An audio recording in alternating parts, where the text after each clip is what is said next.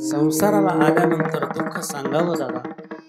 संसारातल्या दुःखाचं गाराणं तुम्ही आम्ही तर करतोच नाही असं नाही, पण जे संत महात्मे होते त्यांनी संसाराचं स्वरूप जाणून सुद्धा भगवान परमात्म्याकडं दुःखाचं गाराणं सांगितलं ना गाराणं.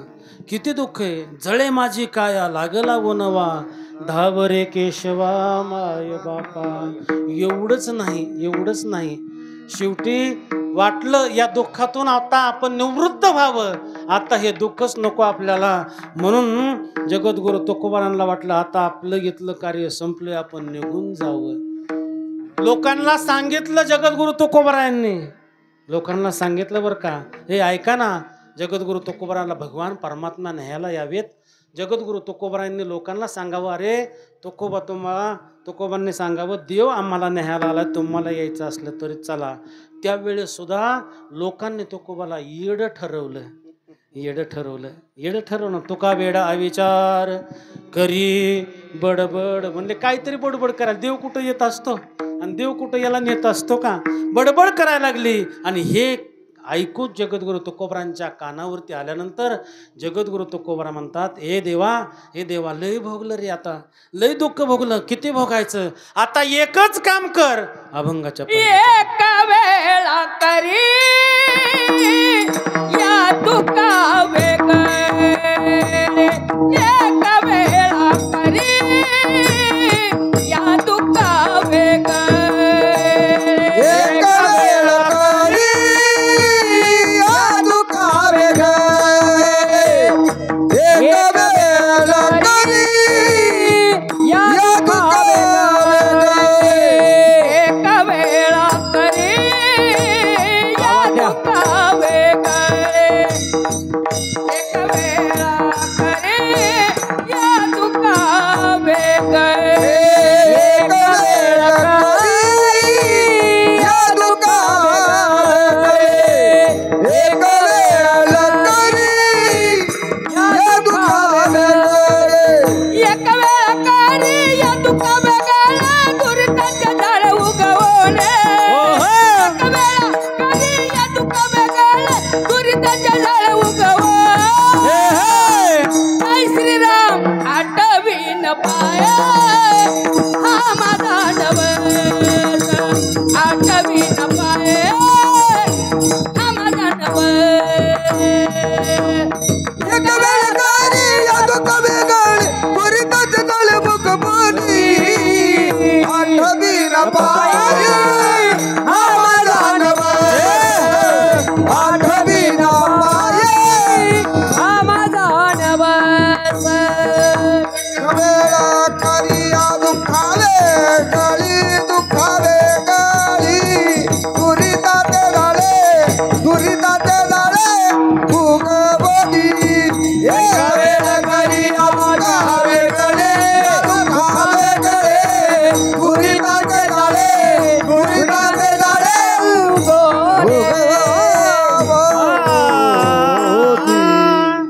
तुम्ही आम्ही गाराणं करतो दुःखाचं ना, पण संत महात्म्यांना सुद्धा दुःख झालं नाही असं नाही.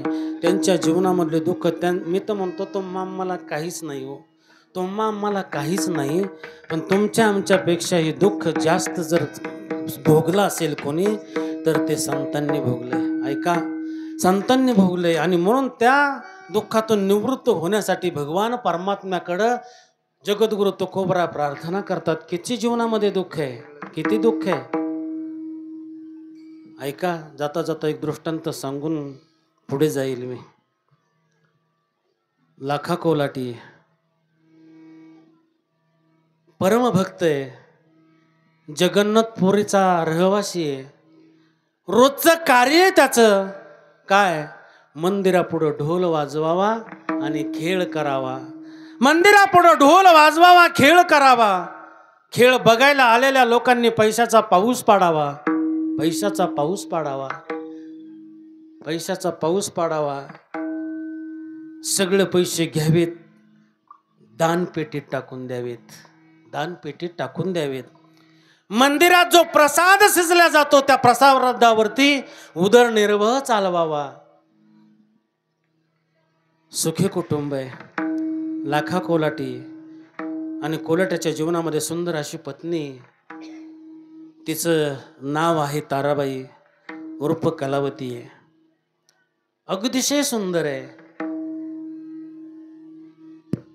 आणि तो खेळ पाहण्यासाठी लांबून लांबून माणसं जगन्नाथपूरला यायचे, खेळ पाहायचे, पैसे टाकायचे, सगळे पैसे घ्यावेत आणि लाका कोलाटीने दान पेटीमध्ये टाकून द्यावेत आणि तिथला जो प्रसाद आहे त्या प्रसादावरती आपला उदरनिर्वाह भागवावा. 4-2 वर्ष झाले, पोटी संतान नाही. ऐका, भगवंताला काळजी. लाखा कोलाट्याच्या त्या पत्नीला एक सुंदर अशी रूपवान मुलगी तिच्या पोटी जन्माला आली. तिचं नाव आहे चंद्रा. पण दुर्दैव असं दादा, ज्या माऊलीनं तिला 9 महिने 9 दिवस पोटामध्ये वाढवलं आणि मुलगी बाहेर आली, बाहेर आल्यानंतर त्या आईनं त्या मुलीचं तोंड पाहिलं आणि प्राण सोडला. किती दुःख आहे जीवनामध्ये. त्या मुलीचं तोंड पाहिल्याबरोबर आईचा प्राण निघून जावा. लाखा कोलाटाने त्या मुलीला लहानाचं मोठं करावं. त्या लहानाचं मोठं करत करत असताना लाखा कोलाटाने त्या मुलीला आपला खेळ शिकवावा. दादा, खेळ शिकवावा. आणि तो खेळ शिकवत असताना ती मुलगी आज 18 वर्षाची झाली. 18 वर्षाची मुलगी झाली. लाखा कोलाटानं ढोल पिटावा आणि त्या सुंदर अशा मुलीनं तारेवरती नाचावं. दादा, तारेवरती नाचावं. आणि सुंदर त्या मुलीनं तारेवरती नाचत असताना अनेक प्रकारे लोक त्या ठिकाणी यायचे आणि त्यांचा खेळ पाहून त्यांची कीर्ती दूरवरती पसरायची. एका नगरीचा राजकुमार एक दिवस खेळ पाहण्यासाठी लाका कोलाट्याचा तो त्या जगन्नाथपुरीला येतोय. आणि जगन्नाथपुरीला आल्यानंतर त्या लाखा कोलाट्याच्या मुलीचा खेळ त्यांनी पाहिलं. रूपवान सुंदर गोरीपान मदनाला लाजवेल अशी ती मुलगी पाहिल्यानंतर त्या राजकुमाराला वाटलं ही आपली दासी असावी किंवा राणी असावी, राणी असावी. म्हणून खेळ संपल्यानंतर एकांतनामध्ये त्या मुलीची भेट घेतली आणि मुलीला सांगितलं, मी तुला मागणी घालतोय राजाची, या राजाची तुला राणी बनवतोय, माझ्या बरोबर येतेस. कुलवान मुलगी होती. थांबा थांबा, मी माझ्या बापाला विचारून येते. धावत गेली. बाबा बाबा, आज तुमचं भाग्य उदयाला आलं हो.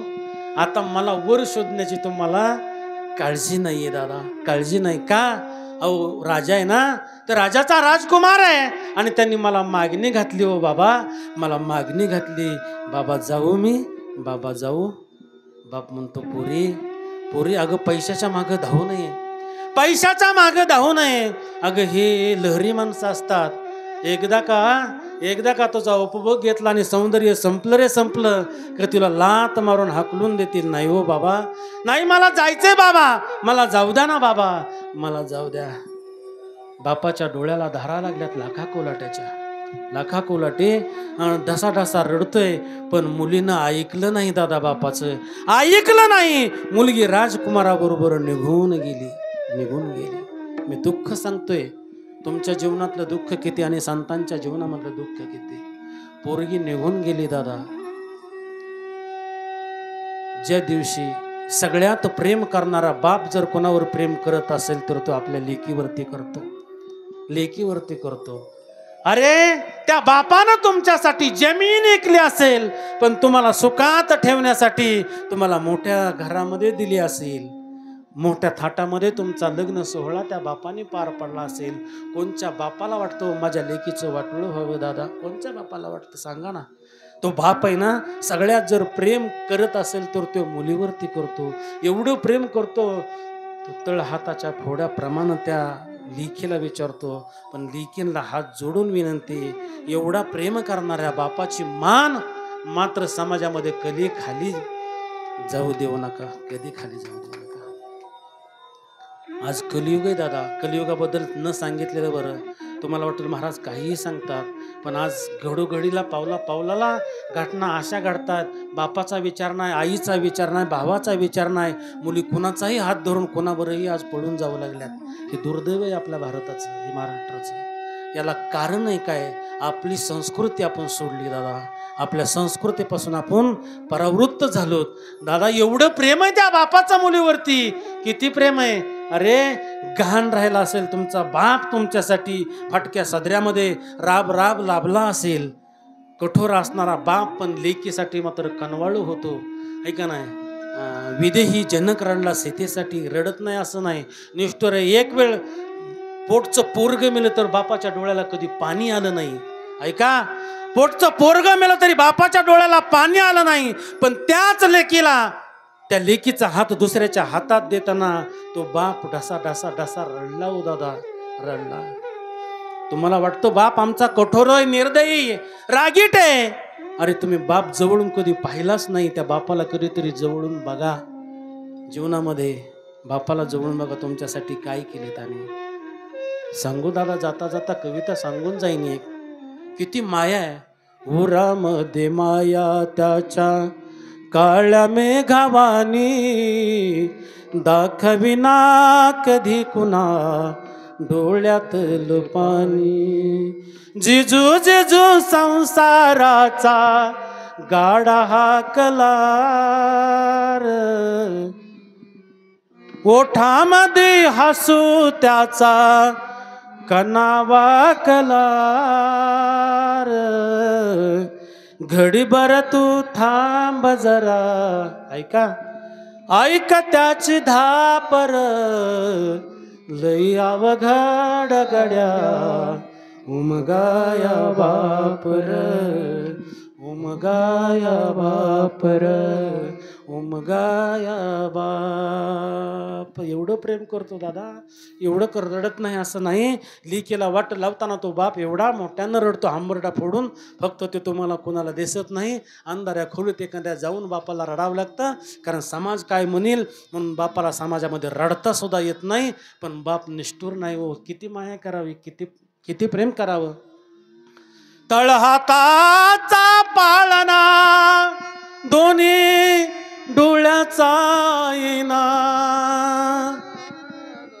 डबीतली कस्तुरी जशी वागविली मैना, डबीतली कस्तुरी जशी वागविली मैना. लेक लाडाची आज सासरला जाते ना लेक लाडाची, त्यावेळेस तो बाप बघा गड्या, बघा एकदा बाप त्याच्या हृदयाला कडकडून एकदा मिठी मारा. मग त्याचा तुम्हाला त्याची धडधड कळेल तुमच्यासाठी काय करतो. फक्त एकच इच्छा असते बापाची, माझ्या पुरीनं तिच्या लग्नाचा विचार मला विचारून करावा. विठ्ठल दादा पोरगी निघून गेली राजा बरोबर. ढसा ढसा तो बाप रडला हो, रडला. ढोल माळवादाला अडकून ठेवला. खेळ बंद पडला. जीवनामध्ये पत्नी तर नव्हती, एकुलती एक मुलगी होती, तेही राजाबरोबर निघून गेली. काय दुःख आहे जीवनामध्ये. आपल्या जीवनामध्ये थोडं दुःख आलं तरी आपण देवाला दोष देतो. ऐका, संतांच्या जीवनामधले दुःख, एवढं दुःख लाखा कोलाट्याच्या जीवनामध्ये. ढोल अडकून ठेवला, खेळ चालत नाही म्हणून उपाशी राहिला. किती दिवस? 3 दिवस झाले दादा उपाशी. पण भार त्या भगवंतावरती आहे. भार कोणावरती? आता माझी चिंता तुझं नारायणा. आता गेलं सगळे रे, सगळे गेलं. बायको मेली तरुणपणामध्ये, पोरगी तरुणपणामध्ये निघून गेली. खेळ संपला, ढोल खोटेला अडकवला. 3 दिवस झाले लाखा कोलाटी उपवासी. ऐका, दया आली माझ्या पांडुरंगाच्या डोळ्याला. धारा लागल्या विठेवरती. विठेवरच्या मालकानं पुजाऱ्याचं रूप धरावं आणि मंदिरातला नैवेद्य नेऊन लाखा कोलाट्याला द्यावा. दादा द्यावा. लाखा, अरे 3 दिवस काही खाल्लं नाहीस रे, 3 दिवस काही खाल्लं नाहीस, खाना. पुजारी काका, नाही हो, मी खेळ केला नाही, मला खाण्याचा अधिकार नाही. तुमच्या दारामध्ये खेळ नाही केला ना, मला खाण्याचा अधिकार नाही. अधिकार असेल तर खावं. माणसं आता कोणाचं कसं, कधी, कुठं, किती खातात ह्याच्याबरोबर माझं बोलायचं नाही, ऐका नाही. पण आपली पात्रता संस्कृतीने ओळखून लाखा कोलाटे म्हणतो, नाही पुजारी काका, मी नाही खाणार. पुजारी काका माघारी गेले. तो पुजारी होता पांडुरंग परमात्मा, जगाचा जगतपिता मालक भगवान परमात्मा विठेवरती जाऊन पुन्हा उभा राहिला. दादा ऐकायला रुक्मिणीला हाक मध्ये, रुक्मिणी रुक्मिणीला हाक मारली. रुक्मिणी आली. काय म्हणता? ऐक ना, तुला जर वाटत असेल माझा लाखा जिवंत राहावा, तुला जर वाटत असेल माझा लाखा जिवंत राहावा, तर ऐक ना, तुला त्याच्या मुलीचं रूप घ्यावं लागेल. रुक्मिणी, तुला त्याच्या मुलीचं रूप घ्यावं लागेल. नुसतं रूपच नाही, रूप घेते ना मालक, रूप घेते ना. जा त्या लाखाकड आणि बाबा म्हणून कडकडून मिठी मार त्या लाखाला. मिठी मार तरच माझा लाखा जगेल ग, नाही तर जगणार नाही. आईसाहेब घेतलं रूप. तिला काय रूप घ्यायला? आईसाहेबांनी रूप घेतलं आणि पळत पळत, बाबा चुकले मी, क्षमा करा, मला क्षमा करा, मी नव्हतं जायला पाहिजे त्याच्याबरोबर, पण तुमची अवस्था पाहून मी बाबा परत आले, मला क्षमा करा. दयाळू अंतकरणाचा बाप लेकीला क्षमा केल्याशिवाय राहत नाही दादा. क्षमा केली. बापाचे अश्रू लेखीने पुसावेत. कोण आहे लेख तर राजाच्या घरी सुखात आहे. पांडुरंग परमात्म्याची पत्नी रुक्मिणी आईसाहेबांनी लाखा कोल्हाट्याचं तोंड पुसावं, स्वयंपाक करावा. लाखा कोल्हाट्याला स्वतःच्या हाताने भरवावं दादा, भरवावं. कोण भरवतंय? कोण? आणि ऐका, एवढंच नाही, दिवस उगवला, सगळं घरातलं काम आटोपलं की लाखा कोल्हाट्यानं तो ढोल काढावा. लाखा कोल्हाट्यानं ढोल वाजवायला घ्यावा. थकलेले हात आहेत, ढोल वाजवता येत नाही. काय करावं? खेळ तर बंद पडलाय. भगवान पांडुरंग परमात्म्याला चिंता. त्याने एका गरीबाचं सामान्य रूप घेतलं आणि लाखा कोल्हाट्याच्या दारामध्ये, हो काम आहे का? काम, काही काम असेल तर सांगा, काम आहे का? काम. लाखा बाहेर येतो. कोण रे बाबा तू? काय नाव तुझं? माझं नाव कान्हा. कान्हा, काय करतोस? काही सांगल ते करल, तुम्ही सांगाल ते काम करेल. सांगल ते. पगार फक्त 2 टाइमचं जेवण. पगार किती द्या? फक्त 2 टाइमचं जेवण द्या, बस, बाकी काही नकोय मला. ढोल वाजवता येईल तुला? म्हणलं येईल ना, मी अनेकांचे वाजवलेत आतापर्यंत. रावणाचा वाजवला, कंसाचा वाजवला, सगळ्यांचे ढोल वाजवले. तुमचा तो ढोल काय? वाजवतो ना. आणि मग भगवान परमात्म्यानं ढोल गळ्यात अडकावा दादा. ऐका, घातलिया भार, ऐका, भार घालावा लागतो. तो का म्हणे, भार घातलिया बरी होईल कैवारी नारायण. भार पांडुरंगावरती घाला. पांडुरंग परमात्म्यानं ढोल गळ्यामध्ये अडकावा. आणि कोण आहे नाचायला? कोण आहे? सगुण मूळ माया आली कोलाटीन खेळाया. सगुण मूळ माया आली कोलाटीन खेळाया. ती कोलाटीन कोण होती? आणि तिनं ताऱ्यावरती उड्या माराव्यात. रोजचा दिनक्रम चालू आहे. पैशाचा पाऊस पडावा, सगळे पैसे घ्यावे, दानपेटीत टाकावे आणि तिथल्या प्रसादावरती आपला उदरनिर्वाह भागवावा. पण जी मुलगी राजसुखात राजाकडे होती, तिला 5 दिवसानंतर लाखाची आठवण आली. लाखाची आठवण, बापाची आठवण येते, फक्त उशीर होतो दादा, कळत नाही त्या वेळेला. नंतर का होईना, पण तो बाप असतो, त्याची आठवण आल्याशिवाय राहत नाही. मग ती बाप राजवाडा सोडते आणि बापाकडं धावत पळत येते आणि बापाला कडकडून मिठी मारते. जशी ती येते तशी पहिली होती ती निघून जाते. आणि लाखाला म्हणते, ती मुलगी, खरी मुलगी आता आली ना, ती म्हणते, बाबा चुकलं माझं, मी नव्हतं जायला पाहिजे. तुम्हाला किती त्रास झाला बाबा, मी नव्हतं जायला पाहिजे. आता मी आली. काय आता आलीस? अगं येडीस का काय? 4-5 दिवस झालं तुला येऊन, तू आता असं वेळ लागल्यासारखं काय बोलते? आता बाबा नाही हो, मी आताच आले. मी त्या राजवैभवाला भुलले, त्याच्या संपत्तीला भुलले. मला वाटलं ते तो सुख मिळेल, पण बाबा तुमची आठवण मला राहू देत नाही. मी परत आले बाबा आणि आत्ताच येते. ए पुरी, ए येडीस का? अगं काय बोलतेस? नाही बाबा, तुम्ही ज्या भगवान परमात्म्याची सेवा करताना त्या जगन्नाथाची शपथ घेऊन सांगते, मी आत्ताच आले, मी आलेच नाही. आणि मग प्रकाश पडला लाखाच्या डोक्यामध्ये, अरे जर माझी मुलगी या ठिकाणी आलीच नसेल तर मग माझा 5 दिवसापासूनचा खेळ कोण चालवत होतं? कोण करीत होतं खेळ? कोण करीत होतं? आणि मग लाखाच्या ध्यानात आले, अरे दुसरं तिसरं कोणी नसून माझा भगवान परमात्मा माझ्यासाठी त्यानं ढोल वाजवला.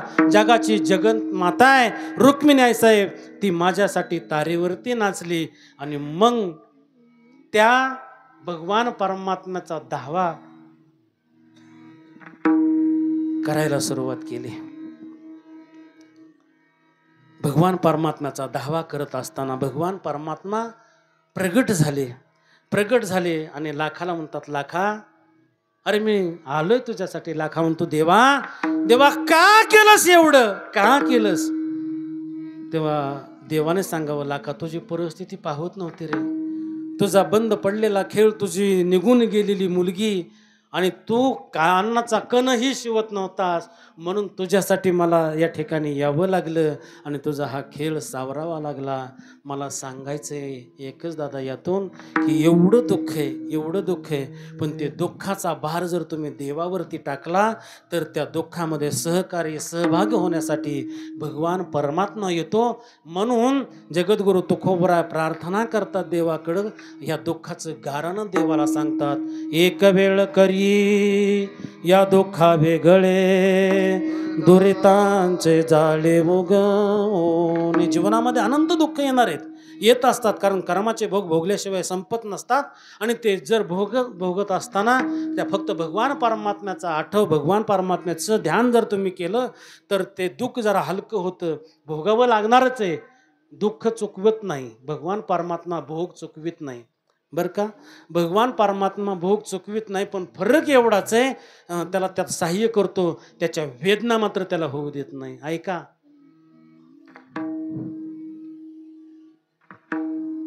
दरोडेखोरानं रात्री दरोडा टाकला, हातामधल्या चाकूनं पोट फाडणं, दरोडेखोरानं हातामधल्या चाकूनं पोट फाडणं आणि डॉक्टरनं ऑपरेशन करून पोट फाडणं, क्रिया सारख्याच आहेत ना, कळतंय का बघा. चाकूनं पोट फाडलं कोणी, चोरानं, आणि डॉक्टरनंही पोट फाडलं, वेदना कोणाच्या आहेत? चोराच्या आहेत. डॉक्टरनं जर पोट फाडलं तर त्याच्या वेदना नाहीत. फाडावं लागणार आहे हे कर्म आहे, फाडावं लागणार आहे हे कर्म आहे, पण त्या कर्मामध्ये भगवान परमात्मा सहाय्य असेल तर त्याच्या वेदना होत नाहीत. म्हणून त्या वेदनाचं गारानं, दुःखाचं गारानं, संकटाचं गारानं इतरांना सांगण्यात बसण्यापेक्षा इतरांना सांगितलं तर लोक त्याची टिंगल उडवतील, चेष्टा करतील, त्याचं गारानं वास्तविक पाहता देवाला सांगावं. म्हणून या काकडे परिवारानं सुद्धा आपलं गारानं न खरं तर त्या भगवान परमात्म्याला सांगावं. आई गेली, पाठचा भाऊ गेला ना, आधार गेला या कुटुंबाचा. आई जाणं किती दुःख आहे, भाऊ जाणं किती दुःख आहे. राम लक्ष्मणासारखी असणारी जोडी सगळे भावाचे अपराध पोटात घालून त्याच्यावरती प्रेम करावं, माया करावी आणि अखंडित राहिलेलं हे कुटुंब आहे दादा. जो भाऊ निघून जातो त्याचं दुःख किती. आज आम्ही सगळेजण त्यांच्या दुःखामध्ये सामील होण्यासाठी या ठिकाणी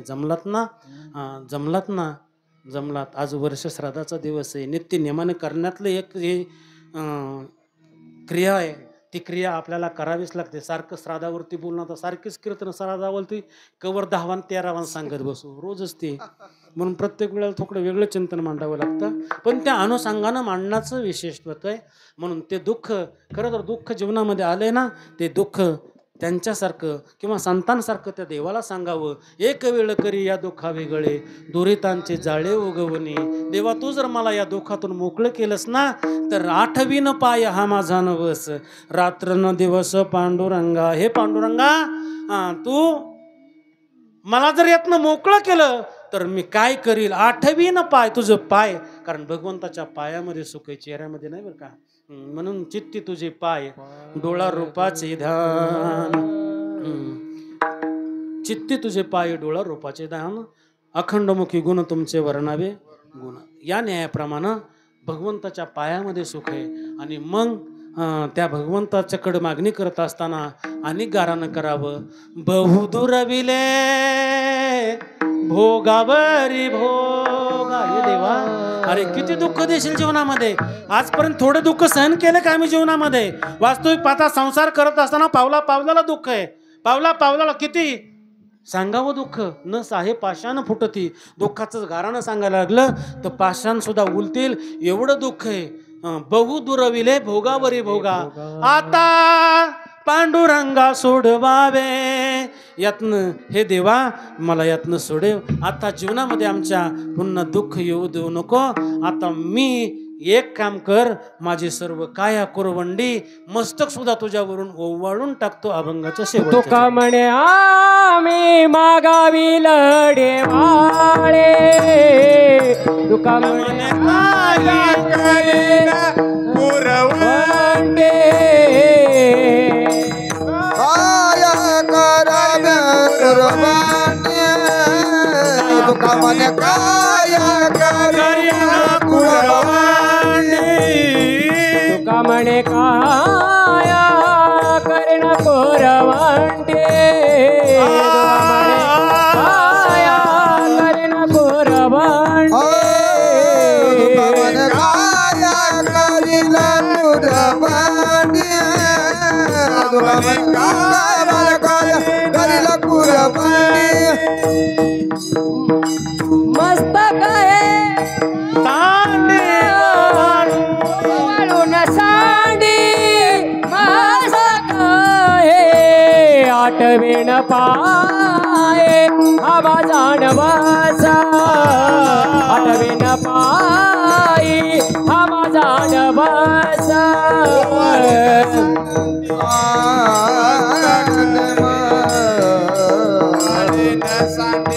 आठविना पाया आठविना पाया आठविना पाया रात्री दिवस पांडुरंगा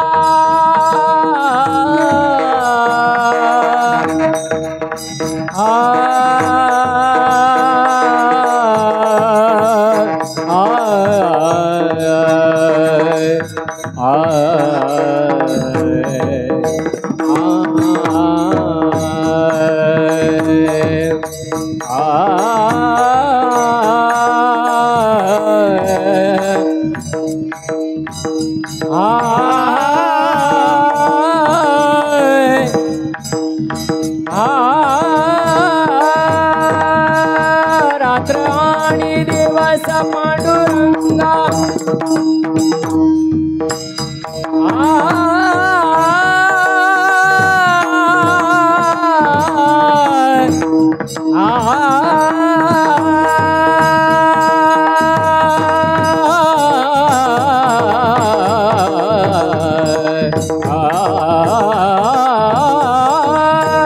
रात्र आणि दिवस पांडुरंगा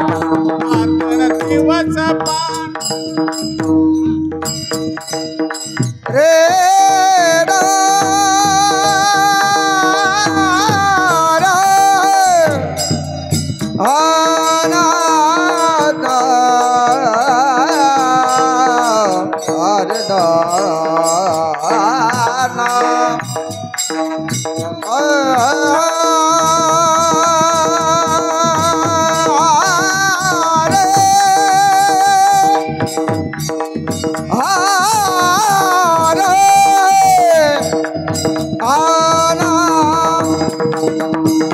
रात्र दिवस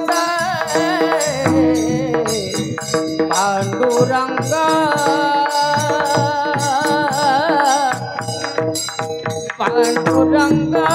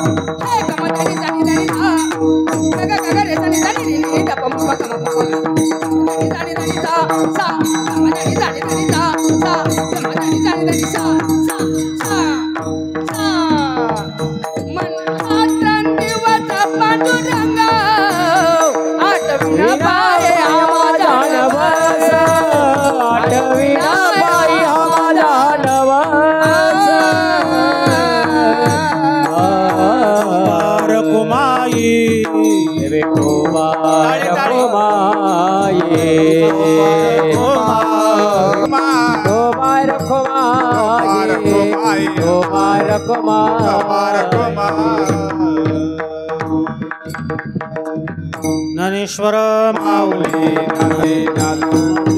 तुकाराम तुकाराम तुकाराम तुकाराम तुकाराम तुकाराम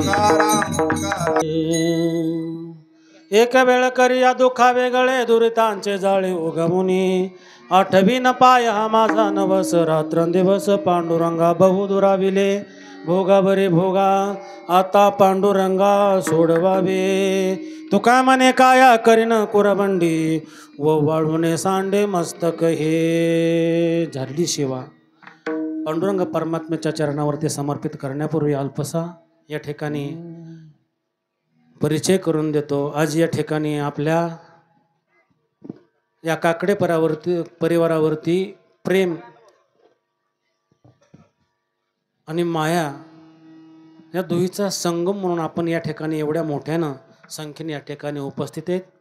या कार्यक्रमाला उपस्थित आपले सर्वच या ठिकाणचे भजनी मंडळ PDR महाराज असतील, हनु महाराज असतील, दादा महाराज असतील, काळे महाराज असतील, जांभळकर महाराज असतील, आमच्या ते मोरे आहे पलीकडे, पतंगदादा आहेत, मधुबाप्पू आहेत.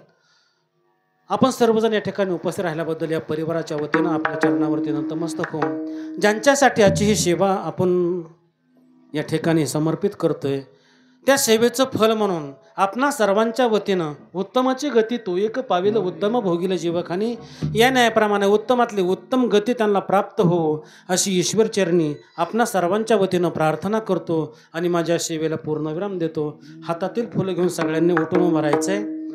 पुंडलिक वरदा हरी विठ्ठल झाल्यानंतर पुष्पवर्षाव करायचा. जय जय विठ्ठल टाळ बोला. आम्ही जातो तुम्ही कृपा असू द्यावी.